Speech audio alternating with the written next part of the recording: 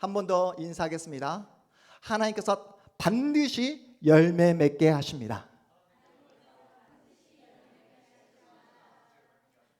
네. 우리 세승이가 우리 가람사님께 하나님께서 반드시 열매 맺게 하십니다 라고 하니까 우리 가람사님이 따뜻한 미소로 그래 너나 잘해라 이런 표정을 지었습니다. 요한복음 17장에는 예수님이 하나님께 올려드리는 기도의 내용을 담고 있습니다. 오늘 본문 말고는 성경 어디를 찾아봐도 예수님이 하나님께 올려드린 기도의 내용을 찾을 수가 없습니다. 새벽에 예수님이 기도하러 가셨다, 예수님이 밤새 기도하셨다라는 내용만 있지 실제 예수께서 하나님께 올려드리는 기도의 내용이 나온 본문은 오늘 우리가 읽은 이 요한복음 17장밖에 없습니다. 이렇게 말씀드리면 성경을 조금 또 읽고 또 성경에 대해서 좀 안다라고 생각되어지는 우리 집사님은 이렇게 저에게 질문하실 거예요. 목사님 마태복음 6장에 보면 예수님의 기도가 나오지 않습니까? 우리가 너무나 잘 알고 있는 뭐죠? 기도의 모범 주기도가 나오지 않습니까? 그때 예수께서 하나님 앞에 올려드린 그런 기도의 내용이지 않습니까? 이렇게 묻고 싶은 우리 집사님이 계실 거예요. 마태복음 6장 9절의 말씀에 보면 하늘에 계신 우리 아버지여 이름이 거룩히 여김을 받으시오며 라는 내용과 함께 우리가 암송하고 있는 주기도문 내용이 나오고 있습니다. 예수께서 하신 말씀이에요. 그런데 여러분 이 주기도문이 어떠한 상황과 배경 속에서 예수께서 하신 말씀인지 기억하십니까? 바리새인들을 보면서 외식하는 자들을 바라보면서 이렇게 바리새인같이 예식하는 자와 같이 기도하지 말라, 기도할 때에 이방인과 같이 중언부언하지 말라 하시면서 기도의 모범을 보여주신 거예요. 쉽게 말해서 주일학교 선생님이 너희들 기도할 때 기도는 이렇게 해야 돼, 기도의 모범을 알려주신 것이지 예수께서 개인적인 기도, 예수님의 마음을 담은 그런 하나님께 올려드리는 기도의 내용이 아니라는 것입니다. 이해가 되셨습니까? 오늘 우리가 살펴보고 있는 요한복음 17장만이 예수님의 개인적인 기도, 개인적인 마음을 담아 하나님께 올려드리는 기도의 내용을 기록하고 있는 말씀입니다. 그래서 우리 예수께서 어떠한 기도를 하셨는지 우리 17장 1절 말씀 함께 볼까요? 17장 1절 함께 읽습니다. 시작. 예수께서 이 말씀을 하시고 눈을 들어 하늘을 우러러 이르시되 아버지여 때가 이르렀사오니 아들을 영화롭게 하사 아들로 아버지를 영화롭게 하게 하옵소서. 눈을 들어 하나님께 기도하시면서 이렇게 기도를 시작하십니다. 그러면서 우리 5절도 다시 한번 읽어볼까요? 5절 어떤 기도의 내용인지 시작. 아버지여 창세전에 내가 아버지와 함께 가졌던 영화로서 지금도 아버지와 함께 나를 영화롭게 하옵소서. 이렇게 기도하고 있습니다. 예수님의 기도의 핵심이 무엇입니까? 여러분 예수님의 기도의 핵심이 무엇이죠? 지금 하나님께 올려드리는 예수님의 기도의 핵심이 때가 됐사오니 자신을 영화롭게 해달라고 하나님께 기도하고 있습니다.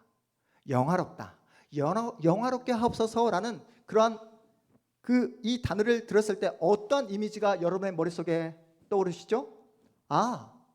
이 세상에서 맛볼 수 없는 무소불위의 권력을 손에 놓고 이 세상에서 맛볼 수 없는 화려함과 편려함과 이루 말할 수 없는 그런 아름다움을 저에게 허락해 주옵소서라는 그런 말의 뉘앙스처럼 들려지지 않습니까? 예수님은 만물이 창조하기 전부터 성부 하나님과 함께 존재하셨습니다. 오늘 우리 너무나 이 말씀과 맥락을 통할 수 있도록 우리 집사님께서 대표 기도를 해주셨는데 말씀이신 예수 그리스도, 창세 전부터 태초부터 계셨던 예수 그리스도에 대해서 기도를 해주셨잖아요. 예수님은 성자 예수님은 성부 하나님과 창세 전부터, 영원 전부터 함께 계셨습니다. 영광스러운 분으로 존재하셨어요. 이미 무소불위의 권력을 다 손에 쥐고 계셨습니다. 피조세계가 가지고 있는 그 어떤 화려함보다 더 큰 화려함과 아름다움으로 그렇게 살고 계셨어요. 예수님이 진정 세속적인 권력과 세속적인 아름다움을 요구하셨다고 한다면 굳이 하늘의 모든 영광을 다 버리시고 이 땅에 오실 필요가 없었을 것입니다. 성부 하나님, 성자 예수님, 성령 하나님은 인간이 없어서 완벽하게 행복을 누리고 계셨어요. 여러분 반드시 기억하십시오.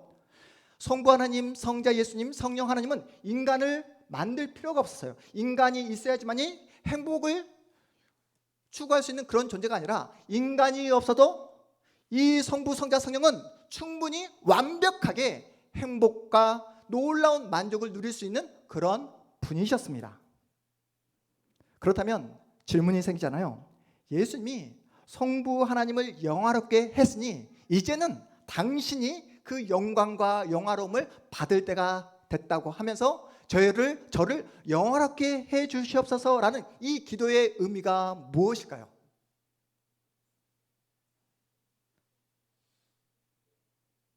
질문이 어렵지 않죠? 성부 하나님은 우리 인간, 범죄한 우리 인간을 뭘 하기를 원하셨죠? 구원하기를 원하셨습니다. 여러분이 암송하고 있는 말씀 가운데 요한복음 3장 16절, 17절 말씀 함께 읽어보도록 하겠습니다. 우리 화면 보시고 요한복음 3장 16절, 17절 시작.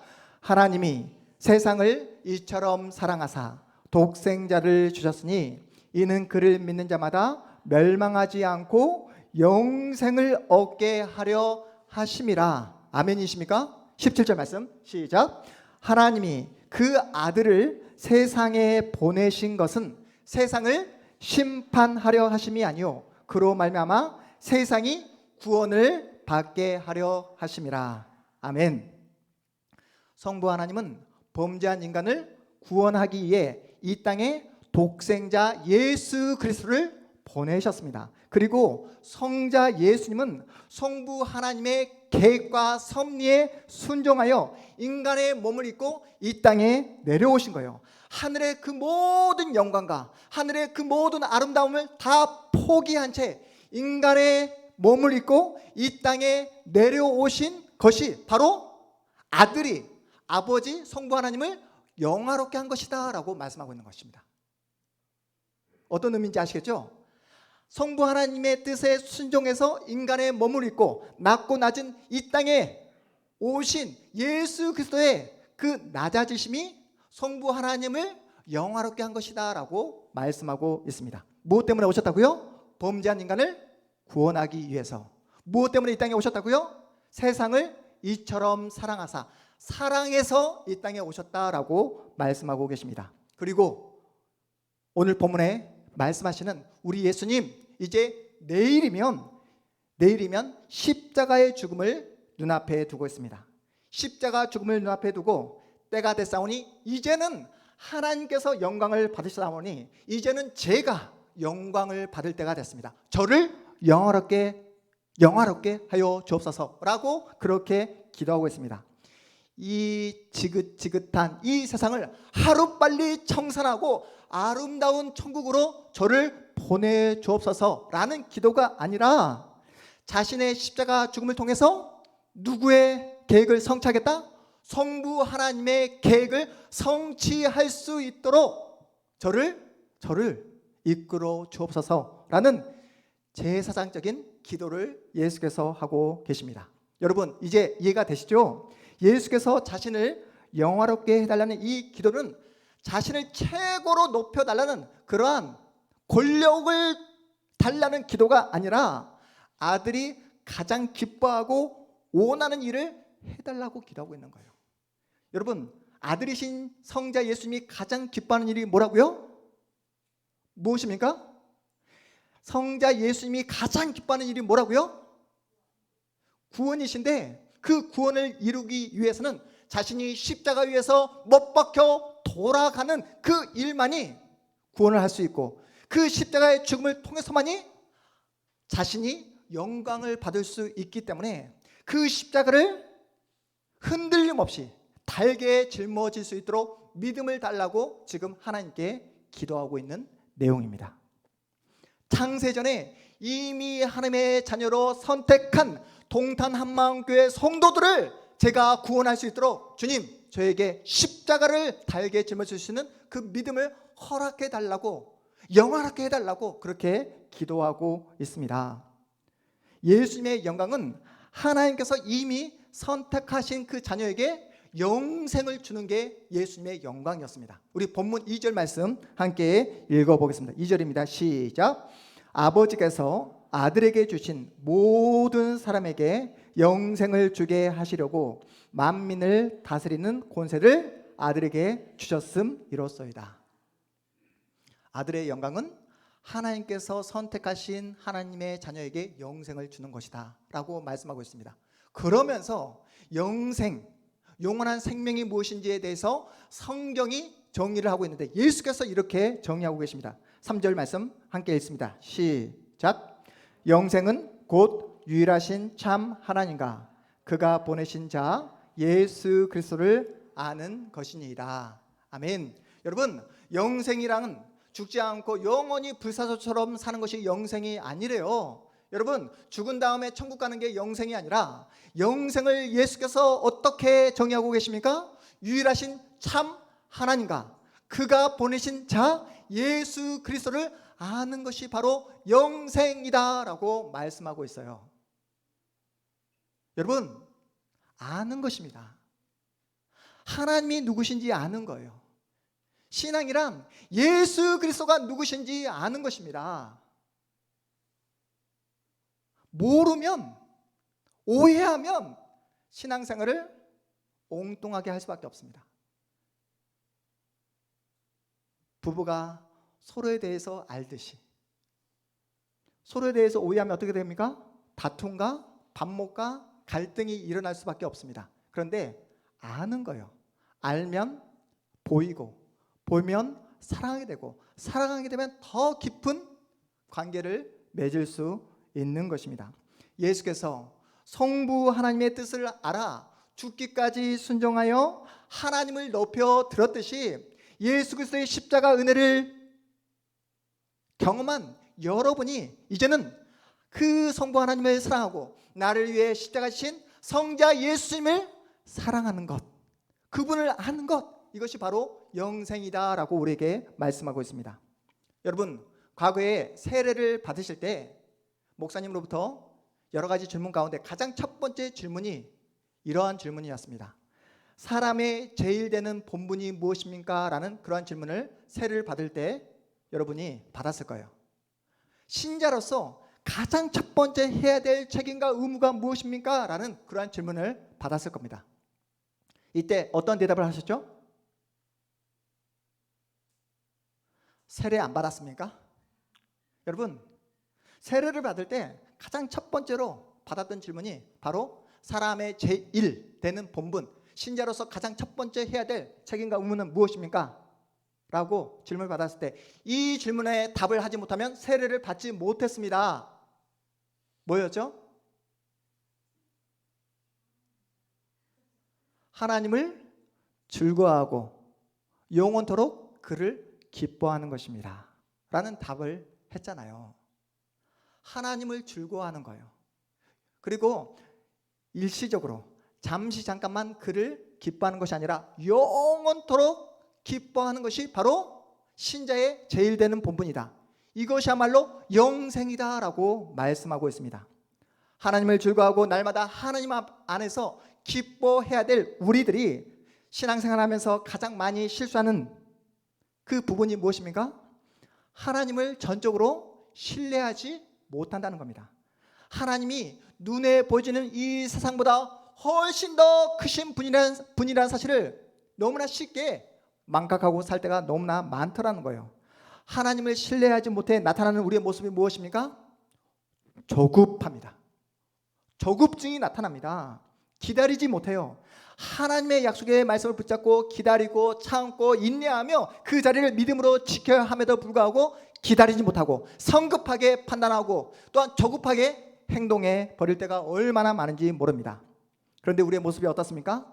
상황 때문에 그랬다고, 그때는 그 상황에서는 어쩔 수 없었다고 이렇게 변명하면서 잘못된 행동, 잘못된 선택을 할 때가 얼마나 많습니까? 여러분 생각해 보십시오. 우리가 잠시도 가만히 있지 못한 이유가 무엇입니까?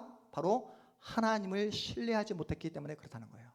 우리가 조급해하고 우리가 성급하게 판단하고 성급하게 행동해 버리는 이유가 무엇입니까? 하나님을 전적으로 믿고 있지 못하기 때문에 그렇다는 것입니다. 솔직하게 우리는 하나님보다 세상을 더 두려워할 때가 얼마나 많습니까? 더욱더 실질적으로 우리는 하나님보다 돈을 더 사랑하며 돈을 더 두려워할 때가 얼마나 많은지 모릅니다.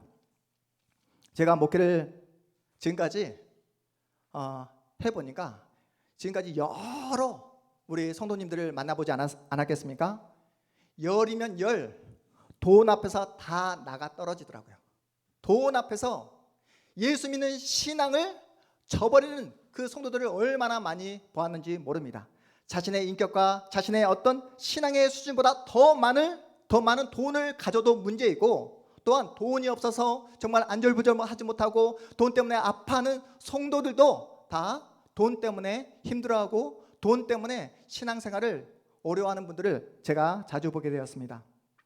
돈 앞에서는 예수의 그 능력, 예수를 믿는 신앙이 전혀 힘을 발휘하지 못하더라고요. 여러분, 공부 잘하는 학생이 스트레스를 더 많이 받을까요? 공부 못하는 학생이 스트레스를 더 많이 받을까요? 이번에 수능 시험 보지 않았습니까? 누가 더 스트레스를 더 많이 받는지 아십니까? 네? 공부 잘하는 학생이 스트레스 더 많이 받을 것 같죠? 택도 없는 소리입니다. 공부 못하는 학생들이 훨씬 더 스트레스를 많이 받습니다. 꼭 공부하려고 그러면 책상이 어지럽다고, 거의 2박 3일 동안 청소하고 또 청소 끝나면 공부를 해야 되는데 또 그때 배고프다고 라면 끓여 먹고, 그러면서 잠은 자지 못하고 스트레스 받습니다. 공부 잘하는 학생보다 공부 못하는 학생이 더 많은 스트레스를 받듯이, 여러분 제가 보니까 돈 많은 사람보다 돈 없는 사람이 돈에 대한 사랑, 돈에 대한 욕망이 훨씬 더 크더라고요. 저는 돈 많은 사람이 훨씬 더 욕망이 강할 줄 알았거든요. 제가 목회를 하면서 만나보니까 돈 없는 사람들이 훨씬 더 돈에 대한 그 사랑과 욕망이 훨씬 더 크더라고요. 목사님, 저는 돈에 대한 욕망을 다 마음에 접었습니다. 이제 더 이상 돈에 대한 욕심 없습니다. 이제는 예수님 한 분만으로 만족합니다 라고 하는 성도들을 간혹가다 만날 때가 있거든요. 이분들은 정말로 예수님을 사랑해서 그런 것이 아니라 악착같이 돈을 벌려고 했지만 돈이 벌어지지 않으니까 포기해버린 거예요. 그러다가 또 기회가 생기잖아요. 돈 벌 수 있는 기회가 생기면 다시 한번 그 마음 깊숙이 있었던 돈에 대한 사랑과 돈에 대한 욕망이, 죽었던 그 욕망이 다시 부활합니다. 훨씬 더 돈에 대한 욕망, 갈망이 훨씬 더 큰 것을 제가 보게 되었어요. 돈의 힘이 이토록 강합니다. 무엇보다 하나님과의 관계가 끊어진 우리 인간이, 우리 영혼에 무엇이 있습니까? 구멍이 뻥 뚫려져 있습니다. 그 뻥 뚫려진 그 구멍을 세상이 주는 그 어떤 것으로, 돈으로 메우려고 해도 메울 수가 없습니다. 돈을 가지고 여행을 가고, 돈을 가지고 옷을 사고, 돈을 가지고 맛있는 음식을 먹는다 할지라도 그 기쁨은 잠깐이고 일시적이며 지속적이지 않더라는 거예요. 왜요? 하나님은 우리 인간을, 하나님의 형상으로 지으신 우리 인간을 돈으로 만족하는 그런 존재로 지으시지 않았기 때문에 그렇습니다. 추수감사주를 보낸 오늘, 여러분 올 한 해 하나님 앞에서 어떻게 살아오셨습니까? 돈이 없는 현실 때문에 아파하고 답답해하며 의기소침해서 살아왔던 시간들은 없었습니까? 돈으로 우리는 만족할 수 없는 존재인데 돈 때문에 절망해 보신 적은 없으십니까? 하나님은 우리를 하나님의 사람으로 진리로 살아가도록 우리를 지으셨는데, 눈에 보이는 돈 때문에 정정긍긍하며 돈을 추구하며 살아왔던 시간들은 없었냐고요. 여러분, 우리가 믿는 하나님이 누구시라고요? 우리가 믿는 하나님은 죽은 하나님이 아니십니다. 우리가 믿는 하나님은 살아계신 하나님인 줄 믿으시기 바랍니다. 우리 하나님은 실수가 없으십니다. 우리 하나님은 정확하게 타이밍을 맞추십니다. 누가 문제입니까? 항상 내가 문제예요. 나의 조급함, 하나님을 신뢰하지 못하는 나의 마음, 진득하게 그 자리를 지켜야 함에도 불구하고 하나님을 바라보지 못하고 성급하게 판단하고 성급하게 행동함으로써 하나님의 계획을 그르쳤던 우리의 모습. 성경은 우리에게 이렇게 말씀하십니다.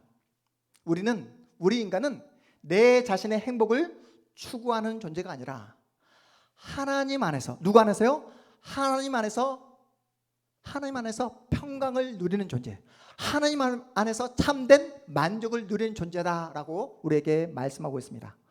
돈이라는 무소불위의 권력으로부터 우리의 영혼을 지킬 수 있는 유일한 방법은 하나님 한 분만으로 만족해야 하는 마음입니다.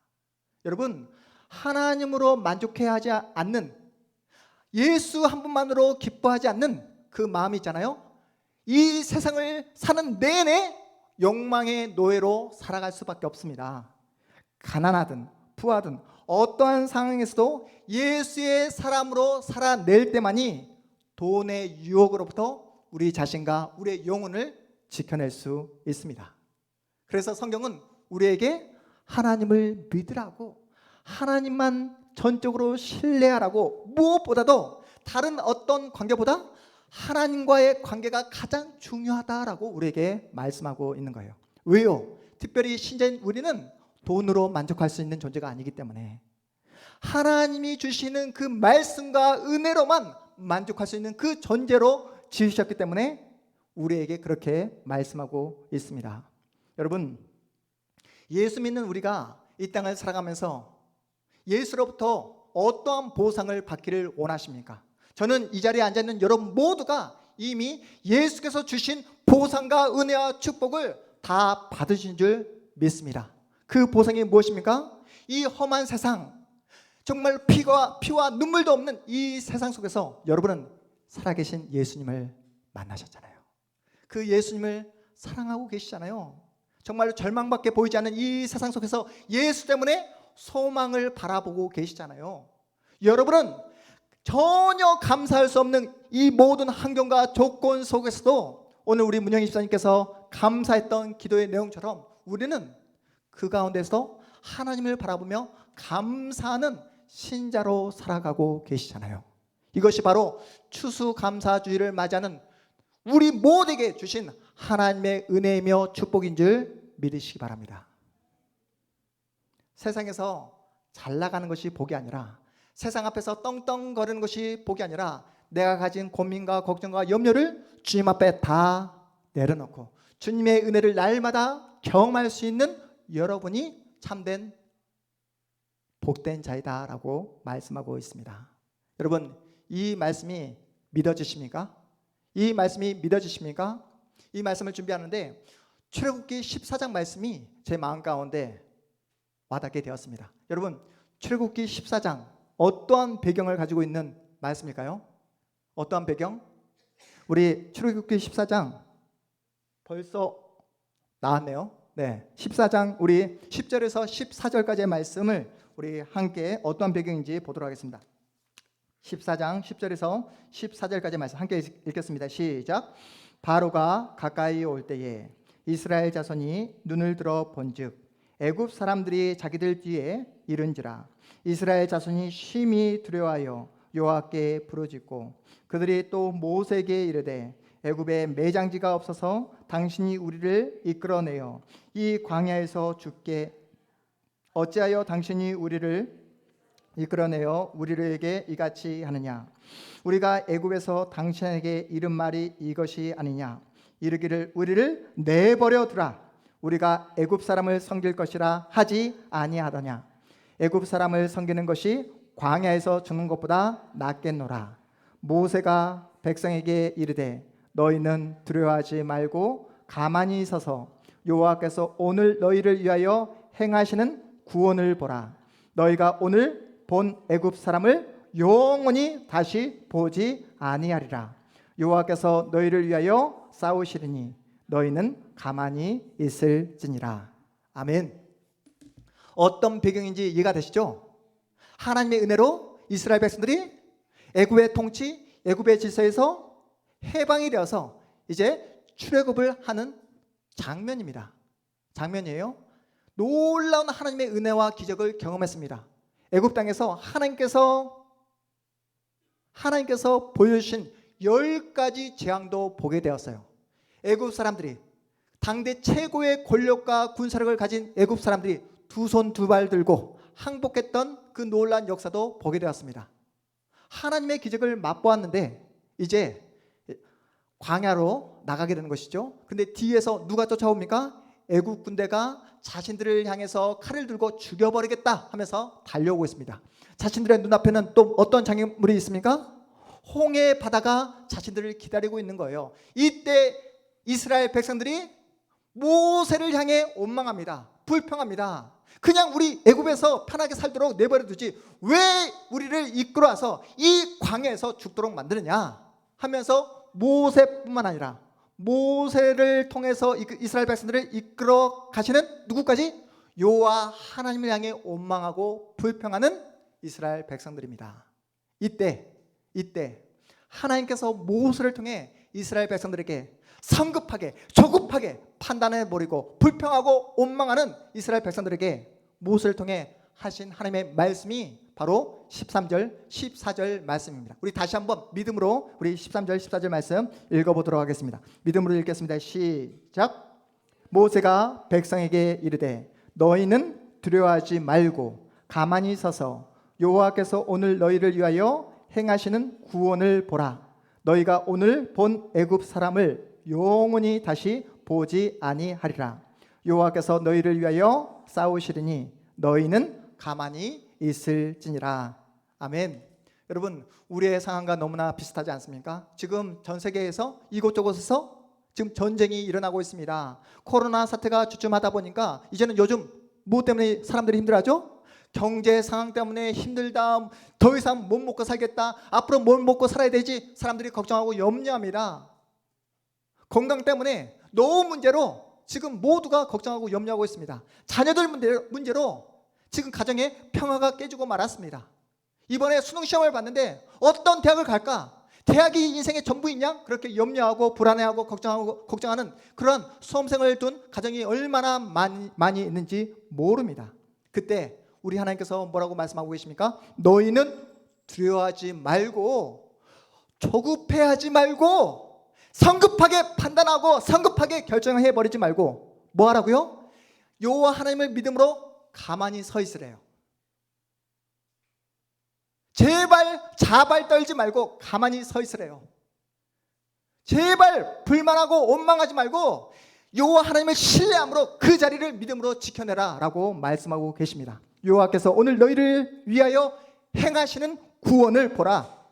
여호와께서 너희를 위하여 싸우시리라. 너희는 가만히 있을지어다.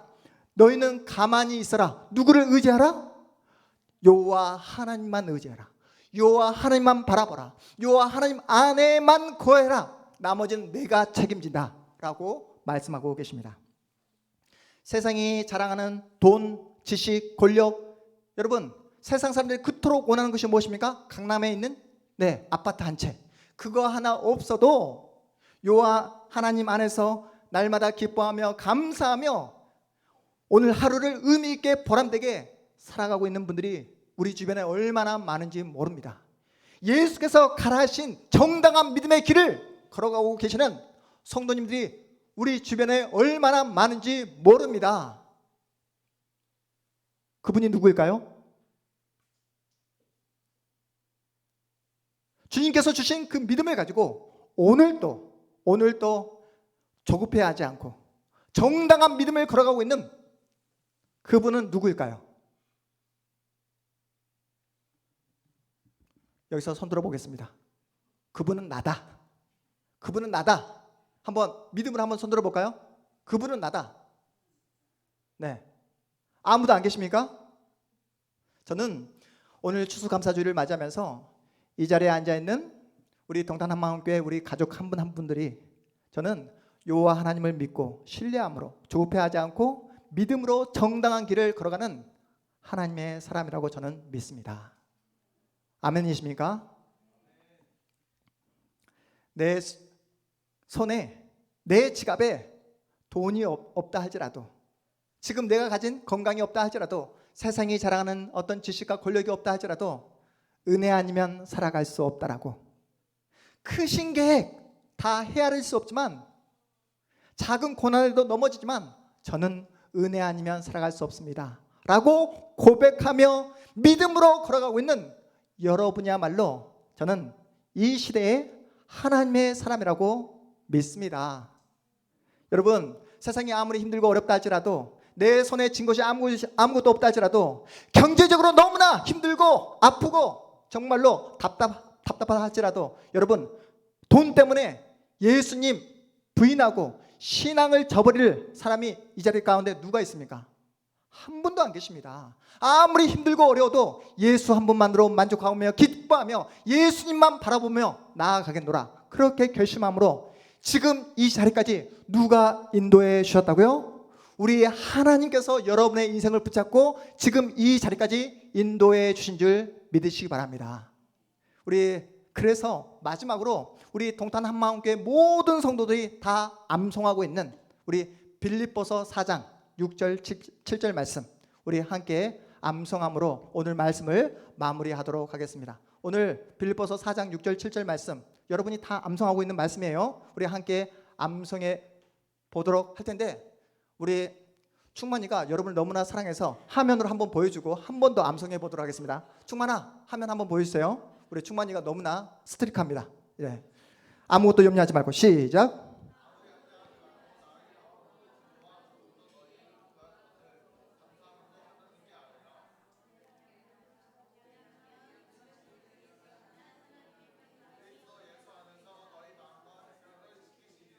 아멘. 추수감사주의를 맞이하면서 하나님께서 우리에게 말씀하신 내용이 뭐라고요? 이 땅을 살아가면서 아무것도 염려하지 말래요. 걱정하지 말래요. 다만 여러분이 구할 것을, 여러분의 그 모든 인생의 문제를 어떻게 구하라고요? 세세하게, 세밀하게, 구체적으로 어떤 마음을 가지고? 감사함으로 하나님께 아뢰라라고 말씀하고 계십니다. 감사함으로. 그리하면 모든 지각에 뛰어난 하나님의 평강이 그리스도 예수 안에서 너희의 마음과 생각을 지켜주시겠다. 언제까지요? 지금부터 영원까지 지켜주겠다라고 약속해 주셨습니다. 여러분, 이 약속의 말씀을 여러분이 믿는다면 이제는 더 이상 하나님 제발 저에게 돈 좀 주십시오, 하나님 제발 저의 환경과 상황을 고쳐주십시오 라고 기도하기 이전에 하나님 한 분만으로 만족하며 기뻐하며 감사할 수 있는 하나님의 사람이 되게 하여 주옵소서. 어떠한 상황과 어떠한 조건 속에서도 하나님 앞에 납작 엎드려 하나님께 은혜를 구하며 나가는 기도의 용사가 되게 하여 주옵소서 라고 기도하는 여러분 모두가 되기를 주님의 이름으로 축복합니다. 여러분, 내 인생의 주인은 누구십니까? 전능하신 하나님이십니다. 우리 가정의 주인은 누구십니까? 전능하신 하나님인 줄 믿으시기 바랍니다. 우리 동탄 한마음교회 진짜 주인은 누구시라고요? 전능하신 하나님이신 줄 믿으시기 바랍니다. 그 믿음을 가지고 있다면 더 이상 염려하지 마시고 걱정하지 마시고 우리의 존재의 근거가 되시고 우리의 삶의 이유가 되시는 그 하나님 앞에 날마다 엎드리고 그 하나님을 사랑하며 그 하나님의 약속의 말씀을 붙잡고 믿음으로 승리하며 나가는 복된 여러분의 인생, 앞으로의 미래 되시를 주님의 이름으로 축복합니다. 우리 모두 자리에서 일어나겠습니다.